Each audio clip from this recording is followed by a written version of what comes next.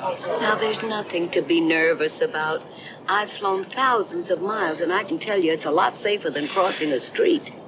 Now, the driver doesn't mind waiting. His meter's running, and so is mine. But I've got to finish packing. You get me up to full throttle, then throw me into reverse. You could damage my engine that way. Now, you promised me you wouldn't miss this dinner. You promised that a week ago. A week ago, I didn't know we'd have the worst storm in 6 years. You've always got some damn excuse. No, I've got ideas. The kids aren't going to have to live with your sister anymore, and you're going to have money and a nice home and clothes. Stop dreaming. Mal, they've been pressuring me about that transfer to San Francisco. I think I'll take it. It's a beautiful city. I'll miss you. Will you? Enough not to let me go? Do you mean, am I sure I'm pregnant? Or am I sure you're the father? Come on, Gwen, I didn't... Well, the answer to both questions is yes. Until that pressure equalizes, everything within 20 feet of him that's not nailed down or strapped in is going to get sucked right out that hole. Grab him! He's got a bomb! We need 2-9er. We've got an unserviceable stabilizer trim, doubtful rudder control, and structural damage. If we're brought in on 2-2, there'll be a broken airplane and a lot of dead people. Remind me to send a thank you note to Mr. Bowling.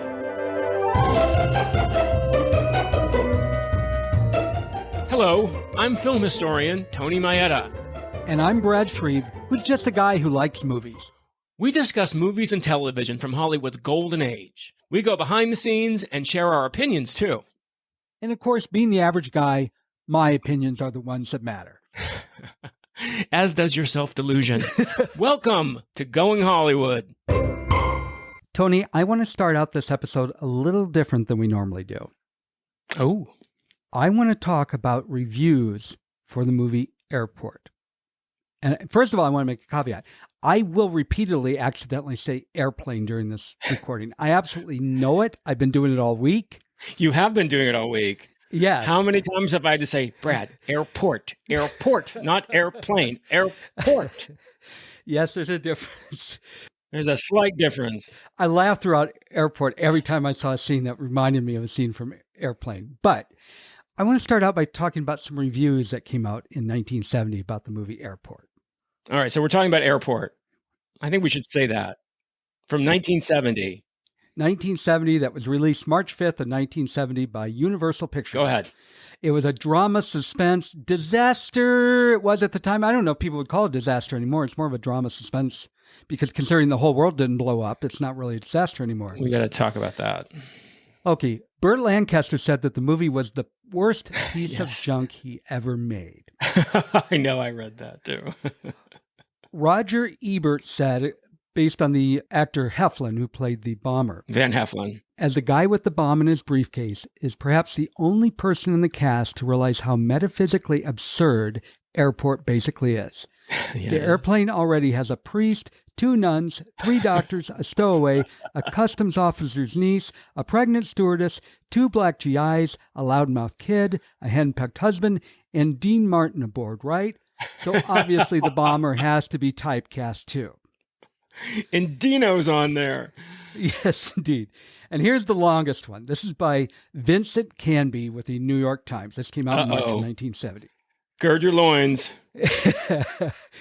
I've not read the novel, but I'm told by those who have that Seaton has managed to retain most of the characters and crisis, and even, heaven help us, some of the dialogue, with which Haley dramatized what was presented as an ordinary night at a large Middle Western airport.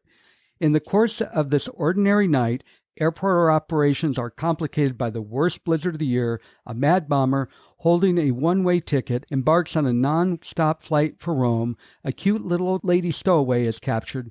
Mel, the airport manager, is promised a divorce that frees him to marry Tanya, head of guest relations.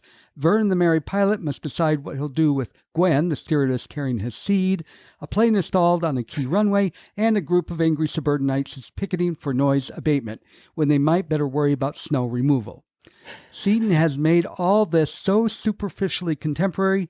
He uses split screens to the point when I feared I was becoming wall-eyed. Wow. And here's why I'm reading all these. I agree with every single one of these reviews, and it doesn't matter. I love this film. That's so funny. It's just plain fun. It is. But I got to tell you, I don't think I am quite as happy with this film as you are. When you said you wanted to do Airport, and I was like, all right, I haven't seen Airport in years.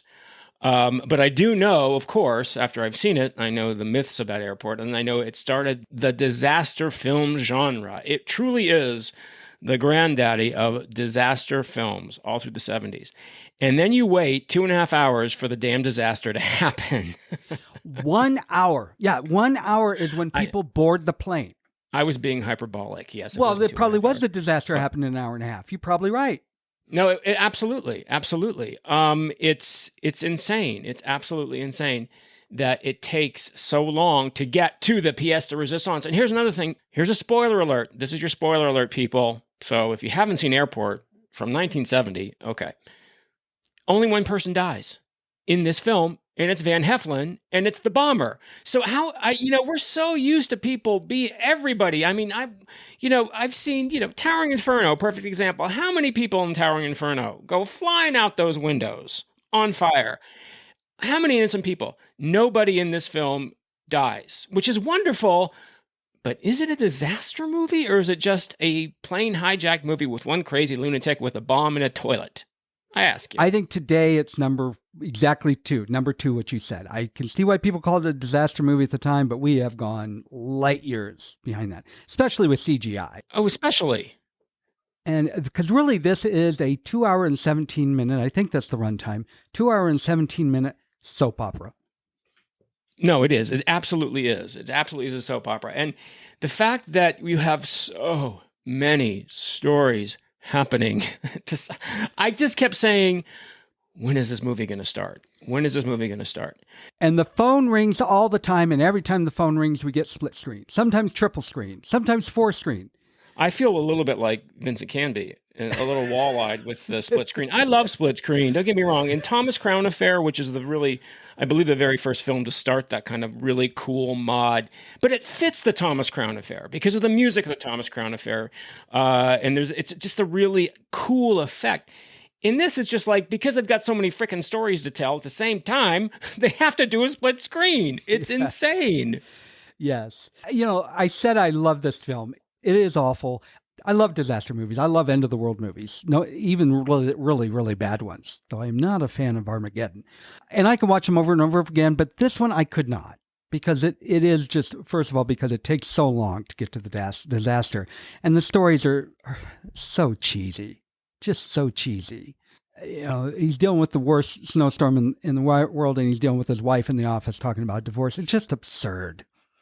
Well, and the whole subplot about the plane on the other, the reason, the snow and the plane not being able to move off of the other runway. And then you've got, you bring in George Kennedy, the ever-present George Kennedy, the only actor to be in every single one of these movies. Yes. Remember when we talked about George Kennedy and Death on the Nile, and you're like, you felt he was miscast and you liked him. I'm like, well, this is what George Kennedy does. Airplane. Yeah, I mean, George Kennedy was just this cigar-chewing, yelling all the time guy, which is what George Kennedy is good at. It is. He did turn down the role in he did turn down the role in Airplane. I think they wanted him to play the same character, but he did end up doing The Naked Gun. So that was kind of funny. That's so funny. Well, a lot of these actors did. Leslie Nielsen, who's in The Poseidon Adventure, is very famously in Airplane and The Naked Gun. Well, the reason Airplane works is because most of them were dramatic actors. Yeah, it's funny. It's so funny. But this is Airport. Yes, this is Airport from Universal in 1970. Now, despite all this stuff that we're saying, it was a tremendous success. It grossed, $128 million, and that's $1970, okay, on a budget of $10 million. It was Universal. It bumped Spartacus. What a thing to do to Kirk Douglas, Burt Lancaster, to bump Spartacus from the #1 spot of Universal's all-time hits. So it was huge. It was a huge. It also got, and don't ask me how, it also got 10 Oscar nominations. 10! How many Little Foxes get? 6? This got 10 Oscar nominations and, of course, 1 win. And I do agree with this win because, of course, it is for the First Lady of the American Theater. And no, it's not Vera Charles. It is Helen Hayes. Who was the star of this film? Yeah, she really is. I mean, for me personally, Helen Hayes and Maureen Stapleton once in a while, and we'll get to Maureen Stapleton, is the reason to watch this film. I mean, I love Helen Hayes. She really is a lot of fun in this movie, and for me, she saves it. But I mean, it was nominated for Best Picture. It was, again, 2 supporting actresses, Maureen and Helen Hayes, Best Screenplay, Art Direction, Set Decoration, Cinematography, Costume Design, Edith Head, Film Editing, Original Score, Alfred Newman, his final score, and Best Sound. I mean, it was, the Academy was crazy with Airport in 1970. And I did read one review that said it's obvious based on the rest of the script and the dialogue that Helen Hayes wrote her own. Well, that's the wonderful thing about Helen Hayes is she, we'll talk a little bit more about Helen Hayes in a bit when we get to this cast, but I mean, she's just so wonderful. She's so, for someone who is the First Lady of the American Theater, she slips so seamlessly into this film as a film actress. Well, she was also a film actress way back in the 30s. She won an early Academy Award. But I think she's so wonderful in this film. And to me, again, she's the real reason. I love some of these people, too. I know Burt Lancaster. I like Burt Lancaster. I love some of his films. I love Sweet Smell of Success. I love Elmer Gantry. He's right to call this a piece of crap because he has nothing to do. He has nothing to do. Dean is funny. Dean is Dean. I love me some Dino. I've always loved Dino. But there's so nothing characters. They are all archetypes. There's nothing except for Helen Hayes. Unless you're going to have an archetype of a stowaway elderly lady, then that's Helen Hayes. But I mean, there's nothing for them to do. They're basically playing the plot, and you have to really allow that. I did like Jean Seberg. Her character is a whole different story, and I can't wait to talk about her. But I did like her in the role. For whatever reason, she appealed to me. She's wonderful. Here's the thing. I always surprise myself. I'm always a bit stunned when I remember that this is Jean Seberg. I mean, come on. It's really nothing of a role, but it's Jean frickin' Seberg. And for people who don't know who Jean Seberg was, she was a complete unknown when she was discovered by Otto Preminger at the age of 17 to play Joan of Arc, to play in his film St. Joan. But she's most known as the muse of French New Wave cinema when Jean-Luc Godard cast her in the landmark film Breathless. I mean, Jean Seberg is incredible. We can talk more about her later. But I'm always stunned when I see Jean Seberg in this because I'm like, oh my God, that is Jean Seberg. I forget about that. Let's talk about what was in the news. To take people back to 1970, these just real quick. Ooh. Vietnam War was obviously going on. The Charles Manson trial. Paul McCartney announced that he's leaving the Beatles, and this was also the year of the events of Apollo 13. Big films of the year, we'll go over the Oscars and the top grossing later, but the big films of the year were Five Easy Pieces, MASH, Love Story, Woodstock, Patton, and so on. Hopefully that gives you an idea where the world was at that time. Okay, yes, but you forgot the most important thing that happened in 1970. September 19th, 1970, the Mary Tyler Moore Show premiered. How could you forget Mayor? How could you forget Mayor? Anyway, that's... And one other thing I missed when it came to the movies, there was actually a Puffin Stuff movie. And as a kid, I loved H.R. Puffin Stuff. I did too. So it was quite a year, 1970. A lot's happening. And this film happened in 1970. So this film was directed by George Seaton, who was pretty much a journeyman screenwriter, playwright. He was a film director. He's probably most well known for directing the original Miracle on 34th Street. He also directed The Country Girl, the film that Grace Kelly won Judy's Best Actress Oscar. But I do like The Country Girl. It's a good movie. But here's what's another thing. The film he did right before this is a little gem called What's So Bad About Feeling Good, which starred none other than Mary Tyler Moore and George Segal. It started her whole disastrous run of films after Dick Van Dyke. Anyway, that's off topic. All going about saying is that we have a very journeyman director here, George Seaton. I mean, he's not one of the young Turks coming and revitalizing Hollywood, but I think that's what kind of interests me about this film, to me, because I'm watching this film. I'm like, okay, why should I be interested in this film?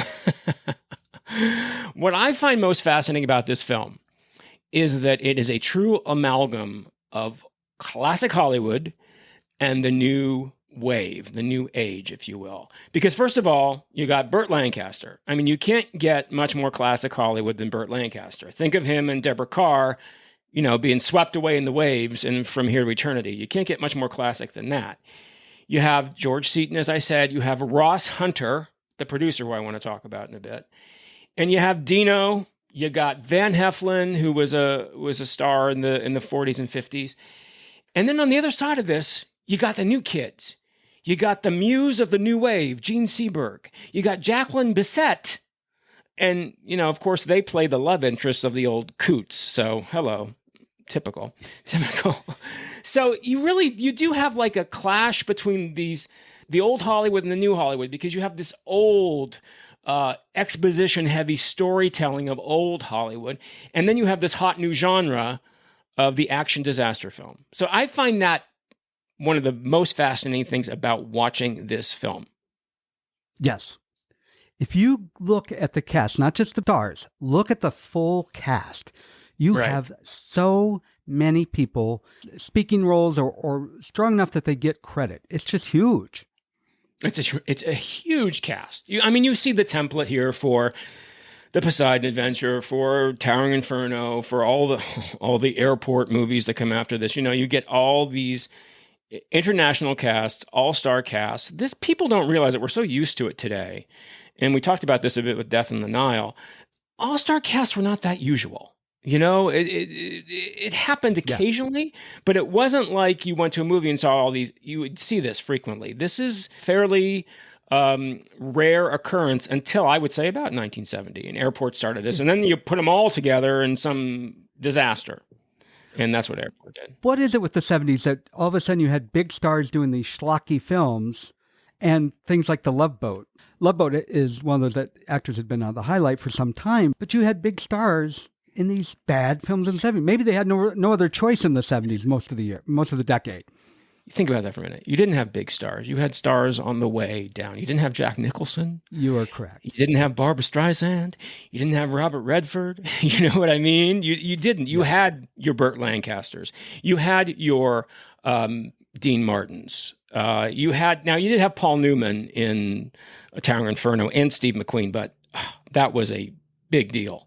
Believe me. You also had Jennifer Jones and Fred Astaire. So it was more this, and same thing with the Love Boat template. You had stars who were kind of on their way down. It's kind of like Ryan Murphy does now. Ryan Murphy takes an actress, usually actresses, or maybe an actor who's had a big career, but who seems to be on the other side of it, and he brings them to the forefront and uses them, and suddenly they're hot again.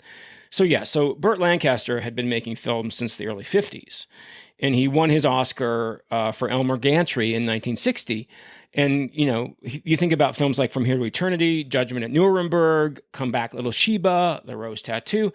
But probably his greatest contribution was as a producer, because alongside screenwriter Ben Hecht, he formed first Norma Productions and later Hecht Lancaster Hill Productions. And they were one of the really first big independent companies to chip away at the big studios. And they produced some major films. And they were a real force in Hollywood in the 50s and 60s. So Lancaster was a giant, but he wasn't a giant like he was in 1970. You see what I mean? Yes, yeah. Same thing with Dean. Dean's big movie era was late 50s, 60s. By this time, he was doing his variety show, and he's like, oh, here he is in this film, which, by the way, I love him because I'll always love Dean.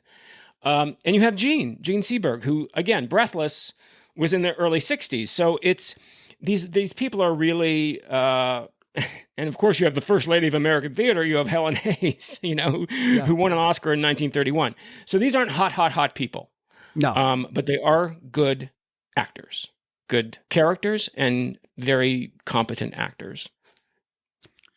So talking about all these stars, Jacqueline Bisset, she was only 25 when she made this film. She was half the age of her boyfriend, Dean Martin. And beautiful, beautiful. Oh, she was gorgeous. Yeah. I don't remember in anything else before this. Was she in anything? Yeah. Well, she started her film career in 65. What she was? She was in Bullet. She was in The Detective. This was pretty new in her film career, though. She'd only been making films for 5 years. So, and she certainly went on to a bigger career after this. Or do we want to talk about what the movie's about? You kind of gave a synopsis when you were doing your reviews, but can you wrap it up in a bow for people? Because yeah, it's really easy. This is an easy one. Yeah. Okay. This is the Lincoln, I guess, International Airport, because they flew to Rome. It's a fictional airport in Chicago during a snowstorm. Right. And you could tell it's Chicago because Chicago had a snowstorm a few years before this, and they have an issue with people being upset about the sound of the planes that live nearby, and I knew that was a big issue in Chicago during that time. But anyway, moving forward. The fictional Lincoln Airport in Chicago during a snowstorm. The personnel at the airport deal with keeping the airport operational as well as dealing with their dramatic personal lives. It is about a trans-global airline, Boeing 707. There is one stuck in the snow on the major runway, and that's where George Kennedy comes in. They spend the whole movie trying to dig this thing out. Yeah, I know, right? And I'm like, what does this have to do with the bomb? What does this have to do with the bomb? Well, it builds that suspense at the end. Maybe the plane will crash and everybody will die, I thought for sure that might happen. If you say so. So while all that is going on, TGA Flight 45, which leaves maybe 5 minutes before the movie ends, on its way to Rome, has a bomb go off from a man that set it off so his wife can collect life insurance. It explodes, puts a hole in the plane, so they turn back to Lincoln Airport. And runway 29, which is the one where that 707 is stuck in the snow, is the one they need land Flight 45. 29er. Did you know this was kind of Arthur Haley's 1968 best-selling novel, Airport, was based on a real incident of domestic terrorism? Did you know that?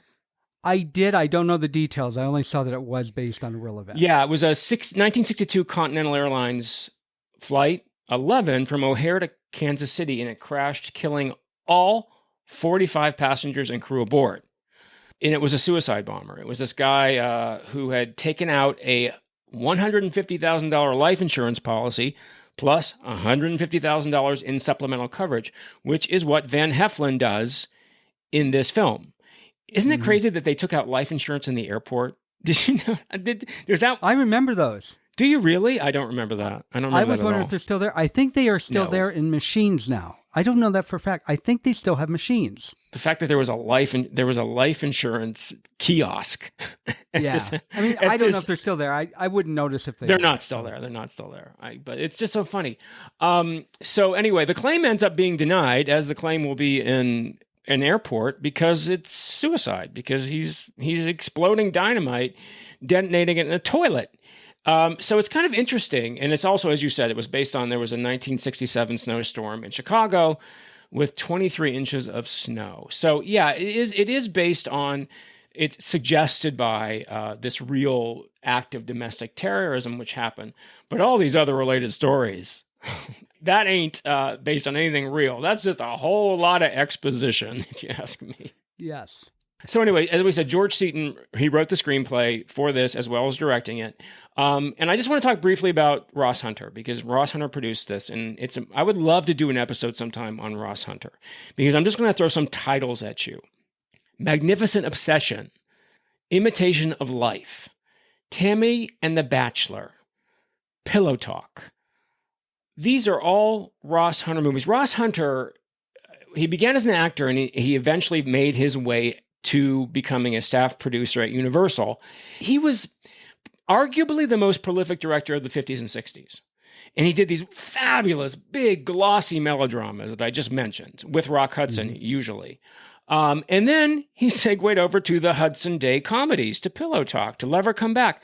He was so prolific. And what's really interesting about Ross Hunter is he is one of the very, very few openly gay executives working in the film industry at this time. He was a longtime partner with Jacques Mopp, who was an art director and producer, and everybody knew them. Everybody knew they were a couple. And I think that's really fascinating about Ross Hunter. He was quite a character, and we can talk about him sometime if we ever talk about one of these incredible films that he produced. But this was really his last big film. After this, sadly, his film after this was the ill-fated musical production of Lost Horizon.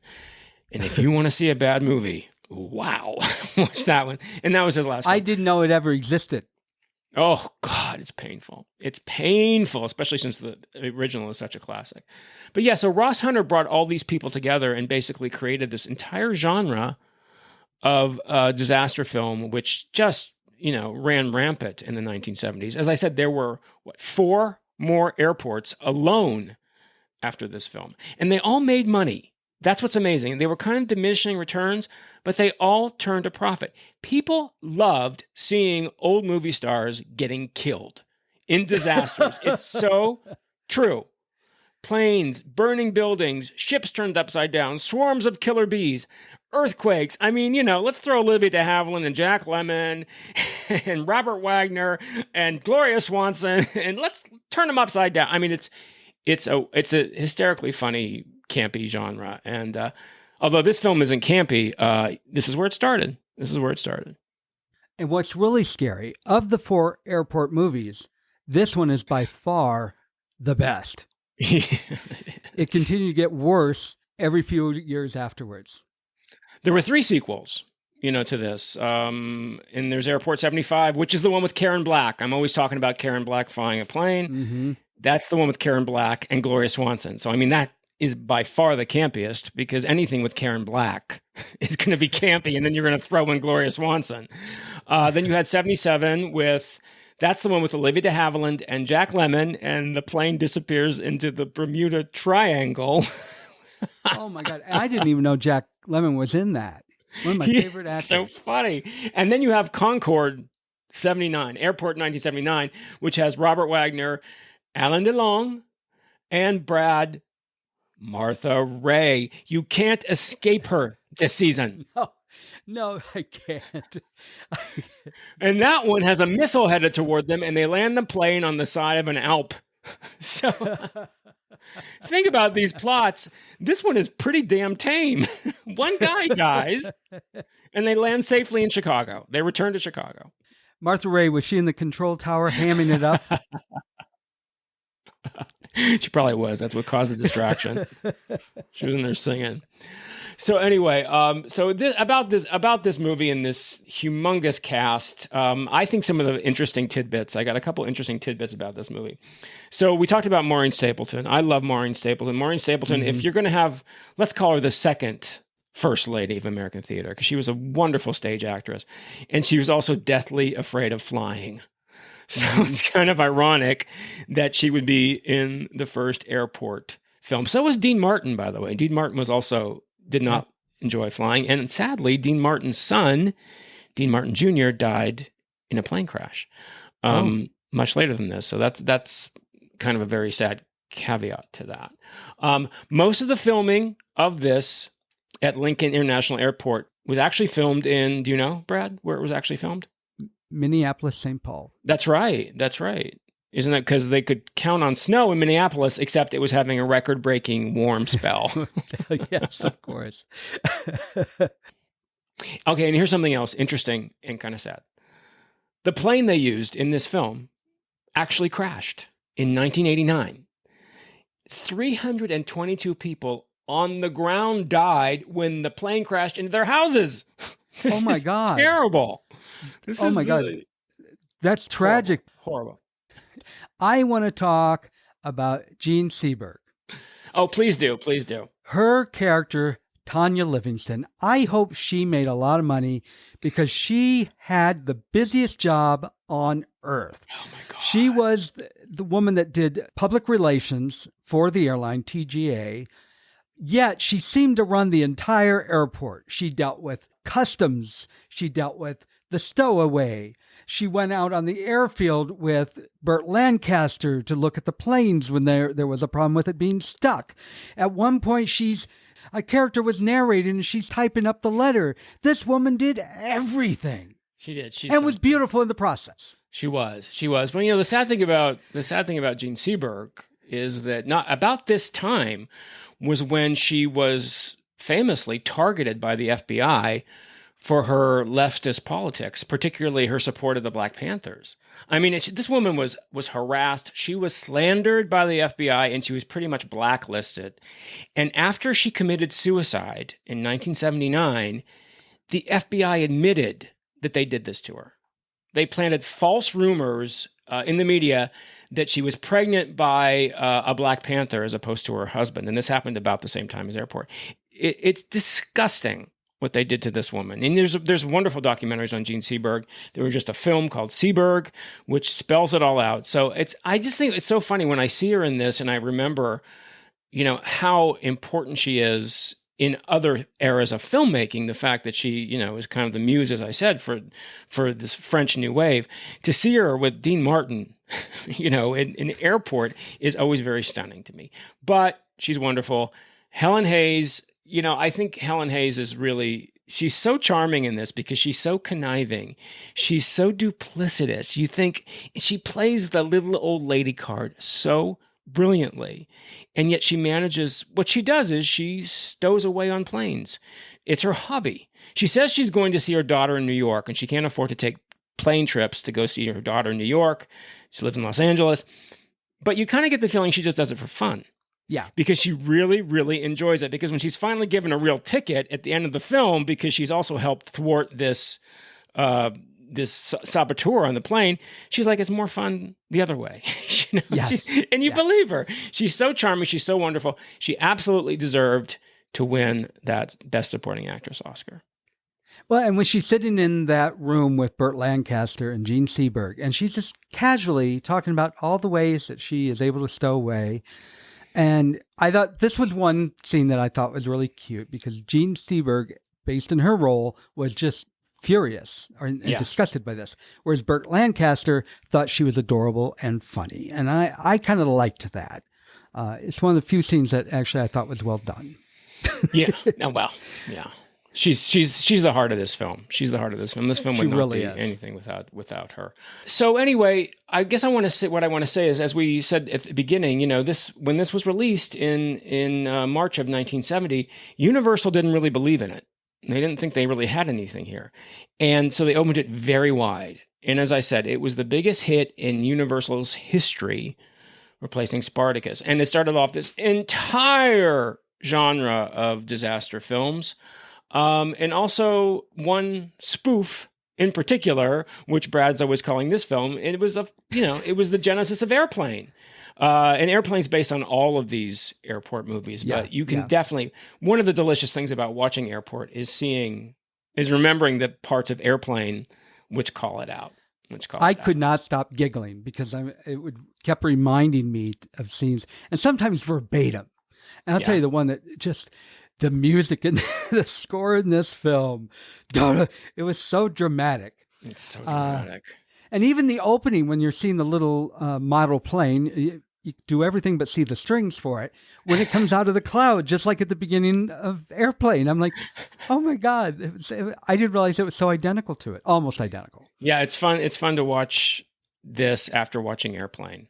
Watch Airplane first. If you want a fun evening, I think watch Airplane first and then this. I don't think it would be fun the other way around.